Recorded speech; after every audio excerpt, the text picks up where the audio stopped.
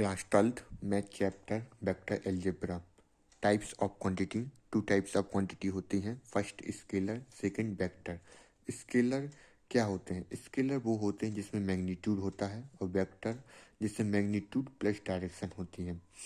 Magnitude का मतलब क्या है? मैग्नीट्यूड वो होता है जिसमें साइज प्लस कैपेसिटी बताता है, जैसे कि मास, डिस्टेंस, स्पीड, टेम्परेचर।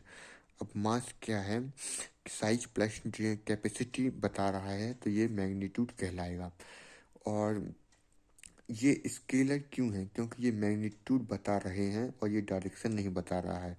जैसे कि मास 10 kg, 40 kg, 30 kg, लेकिन ये डायरेक्शन नहीं बता रहा है, इसलिए मास में से मैग्नीट्यूड है, इसीलिए ये स्केलर कहलाएगा। और डिस्टेंस, डिस्टेंस इसमें कोई भी डायरेक्शन नहीं बता रहा है। कितनी डिस्टेंस हमेशा कभी ख़त्म ही नहीं होती है, और ये डायरेक्शन नहीं बता रहा है, ये सिर्फ मैग्नीट्यूड ही बताएगा। स्पीड, कितनी स्पीड से चल रही है गाड़ी, ये सब मैग्नीट्यूड बता रही है, जो कि स्केलर क्वांटिटी में आएंगी। टेम्परेचर, ये भी स्केलर है। वेक्टर की बात करें तो वेक्टर में मैग्नीट्यूड प्लस डायरेक्शन होता है।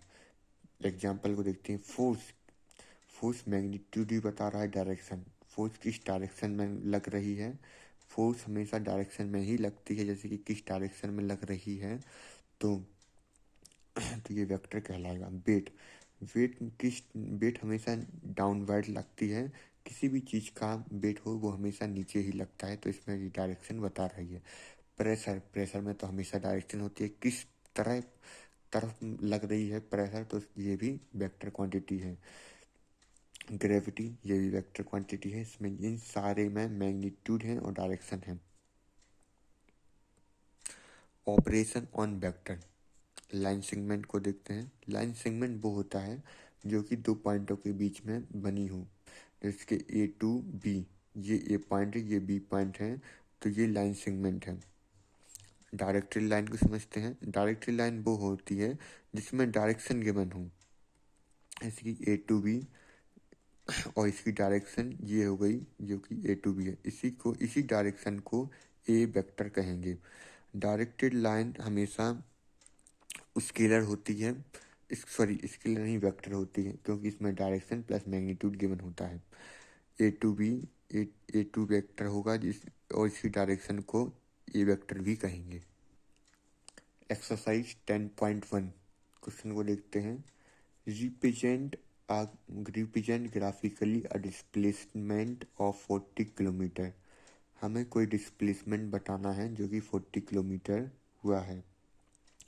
30 डिग्री ईस्ट ऑफ नॉर्थ, जो कि 30 डिग्री ईस्ट की तरफ नॉर्थ में हुआ है, जो कि ईस्ट की तरफ नॉर्थ में हुआ है। 40 किलोमीटर 30 डिग्री ईस्ट की तरफ हुआ है और नॉर्थ में हुआ है, नॉर्थ में 30 डिग्री।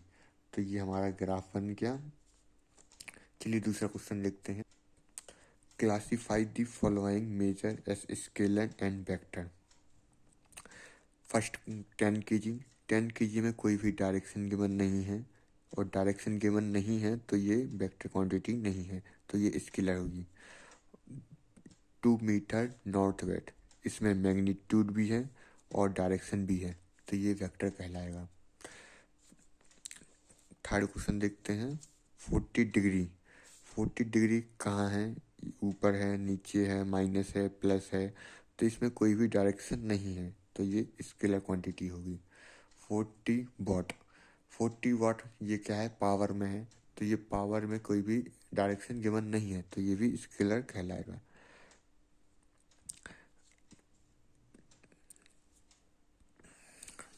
10⁻19 कूलम, तो ये क्या है? चार्ज की क्वांटिटी है, और चार्ज हमेशा स्केलर होता है। 20 metre square, 20 metre second square, तो ये क्या है? एक्सीलरेशन का क्वांटिटी है, तो ये वेक्टर कहलाएगी, क्योंकि एक्सीलरेशन हमेशा वेक्टर में होती है। Question number third. Classify the following as scalar and vector quantity. हमें स्केलर और वेक्टर क्वांटिटी बतानी है। टाइम पीरियड, टाइम पीरियड में कोई भी डायरेक्शन गिवन नहीं है, तो ये भी स्केलर होगी। डिस्टेंस, कहाँ है, नॉर्थ वेस्ट साउथ में, इसमें भी कोई भी डायरेक्शन नहीं है, तो ये भी स्केलर क्वांटिटी होगी। फोर्स, फोर्स हमेशा डायरेक्शन डिनोट करती है, किस डायरेक्शन में फोर्स लग रही है, तो ये वेक्टर क्वांटिटी होगी। Velocity, velocity displacement upon time होती है, और डिस्प्लेसमेंट हमेशा वेक्टर क्वांटिटी होता है, तो ये भी वेक्टर होगा। वर्क डन, तो वर्क डन भी स्केलर क्वांटिटी होगा। Question number 4, in figure 10.6 a square identify the following vector co-initial and equal, covalent but not equal. Coinitial क्या होता है? को इनिशियल वो वेक्टर होता है जिसकी स्टार्टिंग पॉइंट सेम हो। एग्जाम्पल से समझते हैं, जैसे कि ये वेक्टर स्टार्ट हुआ, ये यहाँ ख़त्म हुआ, और ये वेक्टर यहाँ स्टार्ट हुआ और यहाँ ख़त्म हुआ, तो इन दोनों वेक्टर का स्टार्टिंग पॉइंट सेम है, तो ये को इनिशियल पॉइंट होते हैं। को इनिशियल का मतलब होता है स्टार्टिंग पॉइंट, स्टार्टिंग, इनिशियल का मतलब होता है स्टार्टिंग। अब को इनिशियल का मतलब होता है कि दो वेक्टर सेम पॉइंट से स्टार्ट हो रहे हों। अब इस फिगर में देखते हैं कि कौन से दो वेक्टर हैं जो कि स्टार्टिंग पॉइंट से स्टार्ट हो रहे हैं। अब इसमें लिखते हैं A vector and D vector, जिनका स्टार्टिंग पॉइंट सेम है। अब ये तो हो गए A vector and D vector are coinitial. अब इसमें A vector and B vector, इनकी स्टार्टिंग पॉइंट सेम नहीं है, तो ये नहीं होंगे। B vector and C vector, इनकी स्टार्टिंग पॉइंट भी सेम नहीं है, तो ये भी कोइनिशियल नहीं होंगे। D vector and C vector, इनकी एंडिंग पॉइंट सेम है लेकिन इनिशियल पॉइंट सेम नहीं है, स्टार्टिंग पॉइंट सेम नहीं है, इसीलिए ये कोइनिशियल पॉइंट नहीं है। सिर्फ A and D vector coinitial vector होंगे क्योंकि इनका स्टार्टिंग पॉइंट सेम है। अब सेकंड क्वेश्चन देखते हैं। हमें फाइंड आउट करना है इक्वल वेक्टर। इक्वल वेक्टर वो होते हैं जिसमें मैग्नीट्यूड और डायरेक्शन सेम हो। अब हमें ऐसे वेक्टर फाइंड करना है जिनका मैग्नीट्यूड भी सेम हो और डायरेक्शन भी सेम हो। अब देखते हैं, vector A and vector C, magnitude equal है लेकिन डायरेक्शन सेम नहीं है। ये इस डायरेक्शन में लग रही है और ये इस डायरेक्शन में, तो इसमें डायरेक्शन सेम नहीं है, तो ये इक्वल वेक्टर नहीं है। Vector D and vector B, ये सेम मैग्नीट्यूड है और सेम डायरेक्शन में हैं, तो ये इक्वल वेक्टर होंगे। Vector D and vector B are equal. अब थर्ड क्वेश्चन को देखते हैं। Collinear but not equal. Collinear का मतलब क्या होता है? कोलिनियर वो वेक्टर होते हैं जो कि पैरेलल होते हैं वेक्टर। तो हमें ऐसा वेक्टर फाइंड करना है जो कि कोलिनियर हो लेकिन इक्वल ना हो। इक्वल वेक्टर वो होते हैं जिसमें मैग्नीट्यूड प्लस डायरेक्शन इक्वल होती है। अब vector A and vector C, ये इक्वल वेक्टर नहीं है क्योंकि इनकी डायरेक्शन सेम नहीं है, लेकिन ये पैरेलल हैं। तो vector A and vector C are collinear but not equal.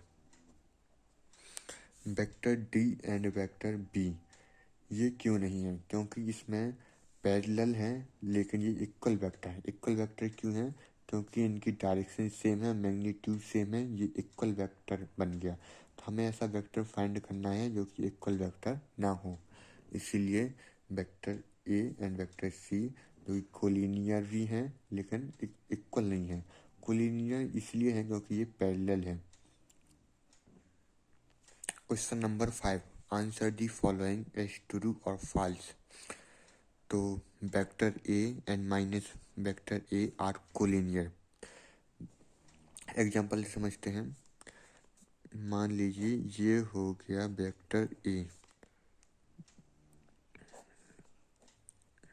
और ये हो गया वेक्टर माइनस ए, क्या ये कोलिनियर वेक्टर है? कोलिनियर वेक्टर वो होते हैं,